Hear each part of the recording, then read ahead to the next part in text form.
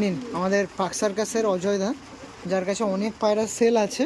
আপনারা অনেকেই চান যে ট্রাস্টফুল মানুষ কবুতর প্রেমীদের কাছ থেকে পায়রা পারচেস করব, যাতে আমি সমস্ত দিকে গ্যারান্টি প্রোভাইড হয়ে থাকে। তার মধ্যে কিন্তু অন্যতম আমাদের অজয় দা। চোখ দেখাও, পট্টি দেখাও, এই ধরনের পায়রা কেউ ছাড়বেই না।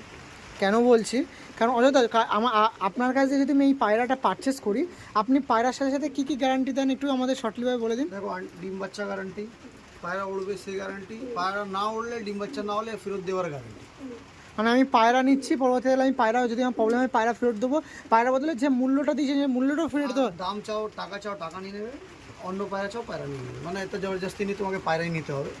হতেই পারে বাড়ি গেলে যদি ডিমটা হোল্ড হয়ে যায়, কিছু হয়ে যায়, পায়রা ফেরত দেবে। আর সবচেয়ে মজার কথা কি জানেন, আমি অজয়দার বাড়িতে ভিডিও করছি প্রায় 2 বছর 2.5 বছর ধরে, আজ পর্যন্ত দেখলাম না যে কোনো পায়রা ব্যাক এসছে, আর একটাও আসেনি। আর ভিডিও করেছে কিন্তু ফোন করে জিজ্ঞেস করছে, দাদা এই দাওয়াইটা বলে দাও, এই দাওয়াইটা বলে দাও, এই পায়রা ভালো উড়ছে। পায়রা আছে কি না আছে এই বৃত্তান্তও কিন্তু আপনার কাছে সঙ্গে সঙ্গে আমার কাছেও অনেকে ফোন করে যে অজয়দার বাড়িতে আপডেট কি আছে।